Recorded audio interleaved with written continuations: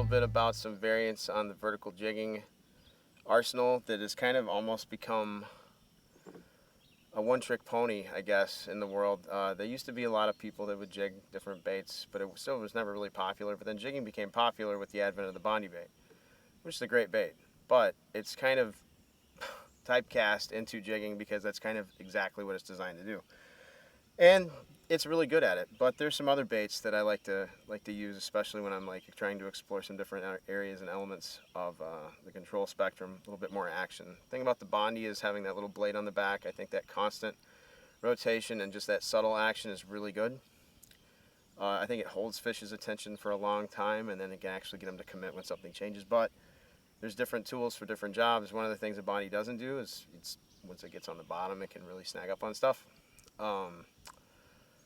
So let's talk about some other baits that you can use for the vertical jigging, because the cool thing about vertical jigging is basically if it sinks, you can jig it. All right, so we're going to go through a little palette of different baits. I tried to pick ones that are all kind of like drastically different in their little elements and stuff, so not really any kind of duplicates. This one, I think I've spoke about this before. This is a Barbarian, which most people use casting, trolling. I think they're pretty cool for jigging. And the reason for that is basically because rattle traps are cool for jigging. Rattle trap's probably one of the best, most underrated vertical jigging baits of all time for any species. But what's neat about these is even though these are technically, I guess, a giant rattle trap, like that's got the neutral buoyancy to it. Not neutral, but like just a slow fall. You can see when you rip it up, it's got that slow hang. When you rip it, it's not as mechanical as a normal rattle trap, both because it has that more neutral buoyancy and just the shape of it. I mean, it's kind of unapologetically ripping off a Rattling Rapala, except it's bigger. And there's 2 hook settings on it. But you can see, like, when you jig that, it doesn't just go up and down. Like, it literally will jerk off. It'll jerk off to the side. And it has that slow fall. So without any weight in it, if you can fish it down and like be patient enough in still water, it's kind of neat when you leave the weights out because you can get it to really do some cool organic stuff, and that slow fall is really neat. But the other cool thing about these baits that really makes them stick out is old Roger. He's pretty studious about adding a good weight screw somewhere in most of his baits. And that's something I'm happy to see a lot of people are starting to adopt, because it's like, it's too easy and it's too functional and versatile to just make a bait that floats or is neutrally buoyant and then have the option to add weight to it. So you can see now, like, yeah, it still does it. So you can put any kind of weight in it. I don't like to put a super heavy weight into these things, like one of those big ounce things. If you're fishing in current, I can get it, but like you want that slow fall. You can see even with the nose weight, it doesn't still have the same glide out, because it's not having that arc up from the energy you give it. It's already pulling it back down with the extra weight. But still, it's a lot better than it was. But you can see, like, I don't know too many guys that vertically jig these on purpose. One of the cool things you can do too is sometimes I'll even take like a 3-way swivel, add the little blade to the back on it. That adds a little element to it, but I don't think it's necessary. But it does have an effect, especially when you're going slow. So then you've got kind of a semi-Bondi effect, but it's got that vibration going up on the top. And the cool thing is, as I'm watching it, you can literally watch this thing like, there's like a subtle rocking motion to it as it goes down. I've had some fish hit it like that. You don't want it to just free fall. It can free fall, but you want to follow it down. You just want to kind of lead it like you're walking a dog. Like you just want to keep with the dog. You don't want to be pulling at its neck. You don't want to be letting it go, run wild. You just want to keep pace with it, just like that. So yeah, if you haven't tried these, I keep begging them to make a smaller one, because that would be just absolutely the tits.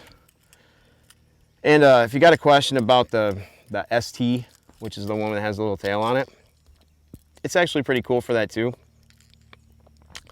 I personally am, though, just not a big fan.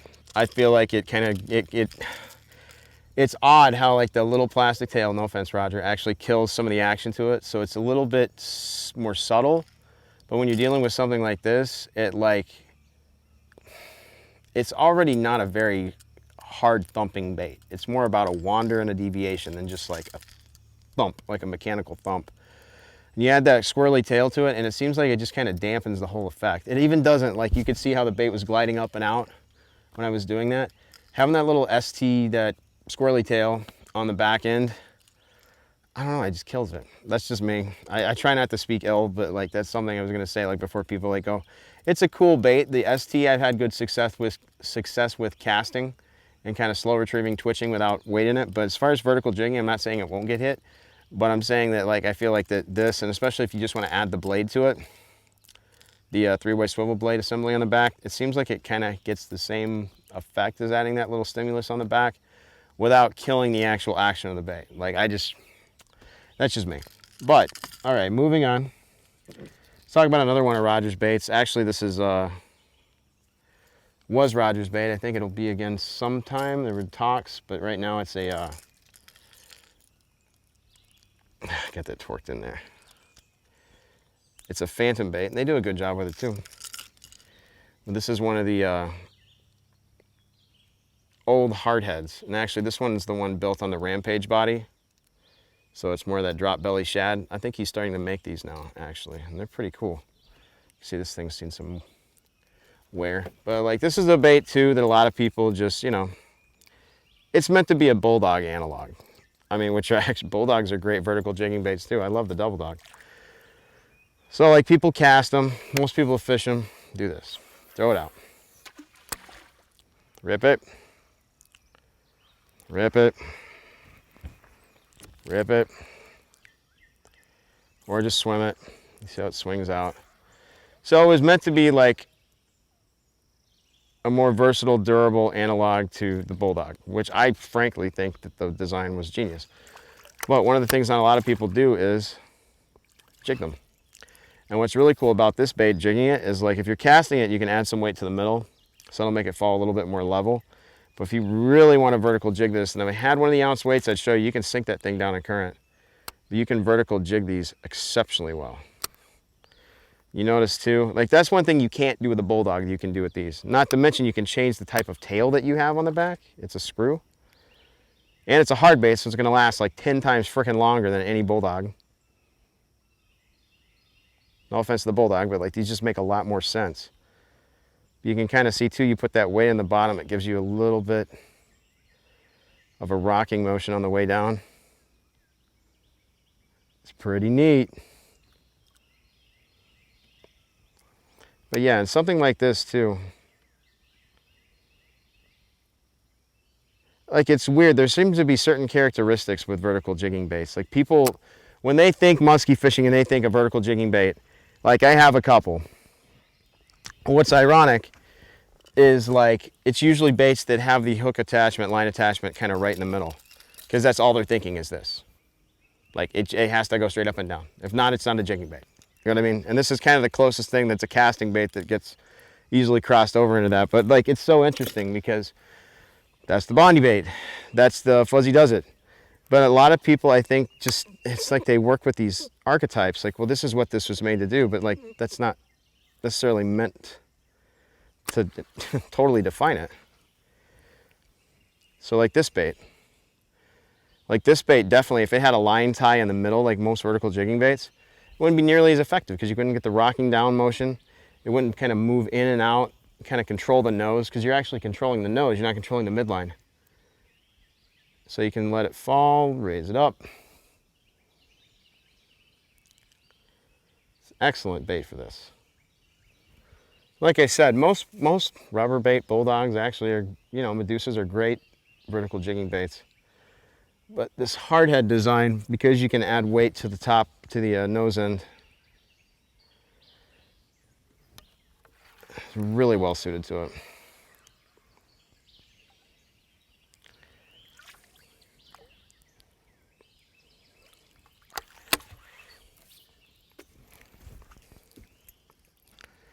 Well, and like we were just discussing too, like there's a bit of a typecast with vertical jigging baits where people, if they think it's a vertical jigging bait, it's basically that's all it's supposed to do, right? Well, this is actually a good example of that, except this is a really interesting bait. I don't know how many people actually know these exist. This is called an echo tail. And these come in so many different shapes and sizes, it's uncanny. It's one of the musky size ones, but the cool thing about the Echo Tail is it's basically, let's, you know, not lie about it, it's a silver buddy. It's a blade bait. So it's basically like the Fuzzy Does It, in a sense, except you can add so many different rubber tails to it, and it comes in, like I said, basically any weight and size that you'd ever want. But this is the thing I particularly like about these, is being able to do this. Because you get like a Fuzzy Does It, which is a great bait. You kind of get what you got, and that's about it. But with this bait, they've all got these little serrated tails on them, serrated ends. So you can do this. Shove it on. And you can just have a friggin' field day. Like I like the pack across. Not so much for the, that's the thing I had on it before.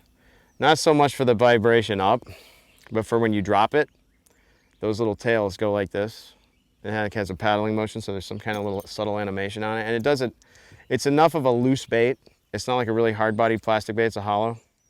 That doesn't affect the action of it either, ripping up.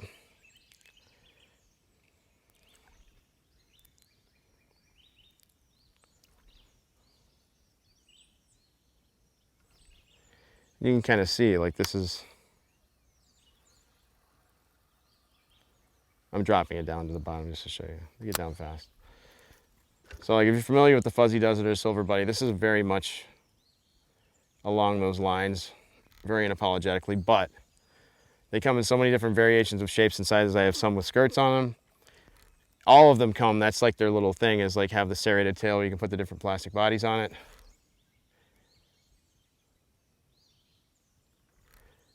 And that's a very effective, almost strictly vertical jigging bait, which is probably the only one here that I have is strictly that. You can, yeah, I mean, you can cast it and troll it in current, it works really well, but like this is really kind of where it's home. You can see that rip, rip it up, feel it.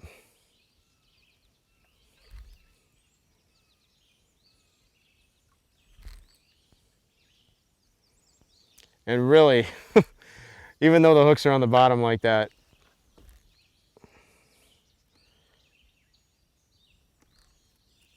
just this type of vertical jigging bait is really good at triggering fish. Of all species, I can't tell you how many fish I caught on a silver buddy growing up, including musky. But yeah, this is an Echo Tail made by Vibrations Tackle. Like I said, I've even done really well with some of the smaller sizes. Now he makes some giant ones that are like, I don't know if I'd throw that too much for musky. Probably be really good for like saltwater fish, stuff like that. But being able to do this in a blade bait and then add whatever action you'd like on the back, that's pretty cool. That's really cool. It's a really interesting concept on the blade bait that you don't see anywhere else. That's the only place you see it. This one's a little bit different. This is kind of a favorite of mine. You can jig a lot of spoons. They make jigging spoons, and they're all cool. This one is called a Molex Spoon. This is made by, Molex. This is a Mike Iaconelli bait. What's really cool about this one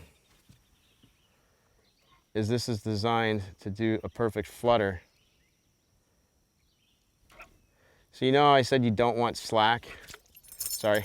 You know I said you don't want slack on the other vertical jigging baits? You want slack on this one. Because that's what it does. Like if you drop this like this, see, it does nothing. That's what you have to do. You have to give this one slack. Now that's the one issue I have with this bait, is they have these little magnets that sit right here. They're supposed to hold the hook in place when it's falling. Those come out really easy, super easy. Like this, I've only had this out maybe like 2 times. As you can see, like most vertical jigging spoons, you rip them, they get the action, but they have a really inconsistent flutter. You can see this one's like a leaf on the wind. You just watch it soar. And that's the only problem with it, is that hook thing getting snagged. But this is a cool bass bait that really, this has saved my butt a couple times musky fishing. And you can cast it too and do this, but like if you let it sink down, especially in a place where you don't have a lot of current, where it can be free to just do that, that will catch fish that few other things will. Because it just literally just hangs in their face, falls.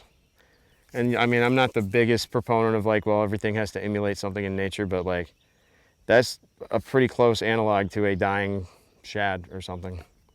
It's that kind of a organic, erratic, I've lost control of my life. Look, like it's just kind of falling to the bottom in no particular direction, but it's just twisting. And that's a very effective way to get muskies that are like neutral and inactive to come up and look at something. Well, so yeah, I'm just kind of, I'm literally, as I'm explaining it, I'm just playing around with it, seeing how many different directions it goes. And that's the coolest thing about it, is like you can pop it, and it'll go out one way, yep. Pop it'll go out another way. Pop it'll go out another way.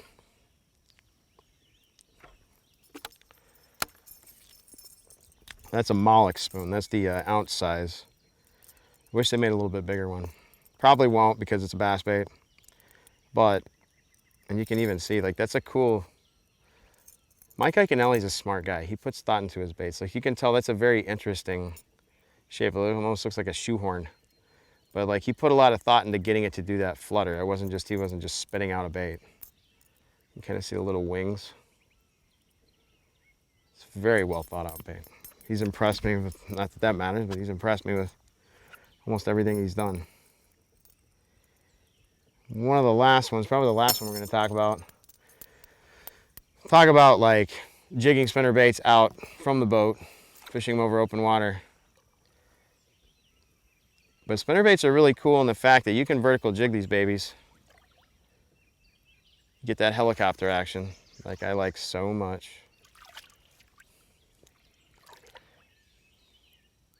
Right? You get some of these bigger ones like this. By the way, for the record, if you have any choice at all, I'm just saying this, don't get colored blades. Like maybe if you have to have it, there's no offense to anybody's craftsmanship or taste, but like if you want the best action on your blades, I'm just not the biggest fan of the painted blades. I like just straight. Now the little white tip stuff is cool, but you can tell they're just a little bit more density. It takes a little bit more to kick them in the pants and go. Like if that wasn't, it would be going really well right now. But the cool thing about these spinner baits, especially these heavier ones you can do this with, is they're one of the few baits you can vertical jig that really are kind of immune to snagging. Not entirely immune. You can see if you give it a little bit of a pull and then let it fall. Control it. There you go. And that's what you're going for. But you see, like if I let that hit the bottom, has that controlled fall.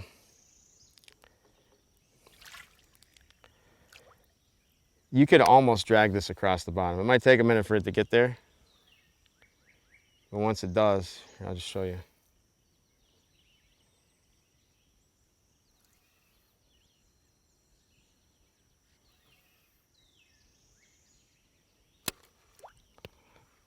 Shoot.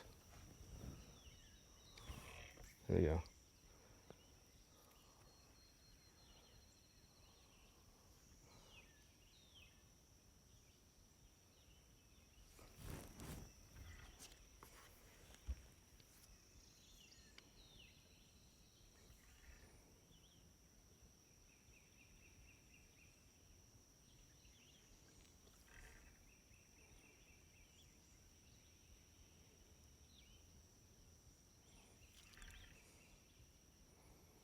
I'm just feeling that there's a key to it. Once again, you don't want to give it slack. You don't want to let it drop so slow. You kind of want to just follow it as it goes down. That's where the Molex Spoon's different. You have to give it slack to get the effect, but you have to just kind of let the dog run slightly. You're just running slightly faster than the dog just to keep up with it. But this one, you want to stay right with the dog. You can feel those blades drop.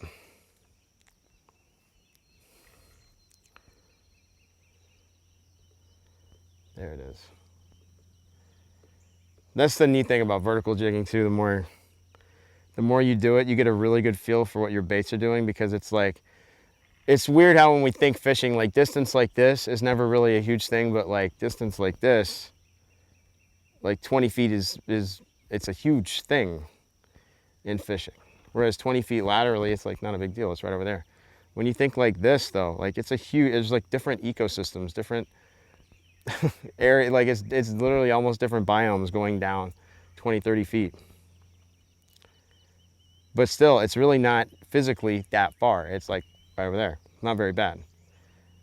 So when you're fishing these baits this deep, even though you're kind of down in an alien world, you have really good sensitivity and awareness of what your bait's doing.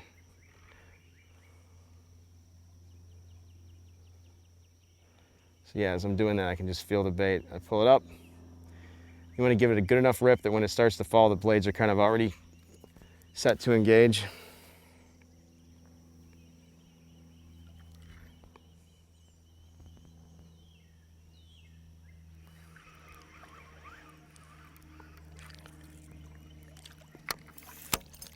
So yeah, that's a little bit of the accoutrements of vertical jigging that I like to use in musky fishing.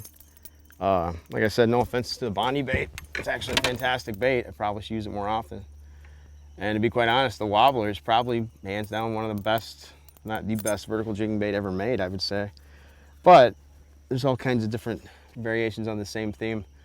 I think that's the mistake a lot of people make, is like they're just looking for the bait that says vertical jigging, just like they look for the bait that says trolling, this is the trolling, or this is the twitching, or this is that. Like, don't let the baits tell you what to do or do with them. You tell the baits what to do by what they can do. And a lot of times what the bait can do isn't totally listed on the box. Like, think outside, I hate that phrase, but like, think outside the box. But like, that's the thing. Like, I think too many people are looking for that. Well, how do you work this bait? What do you do with this one? You can do whatever you want with it. That's the cool thing. Now, what's going to be, what's going to serve you best, I don't know. Obviously, like the way that they're described to be used has produced success in certain situations, or else it wouldn't be there. But like, don't just go pick up a bait and be like, well, I can just cast and reel this, or I can just troll this, which that's, I mean, that's really probably what that's used more for anything. Or I can just cast and rip this, you know, like, don't do that. Don't let the baits tell you how to fish them. You tell the baits how you want to fish them. This is Cory Allen, Vertical Jigging, signing off.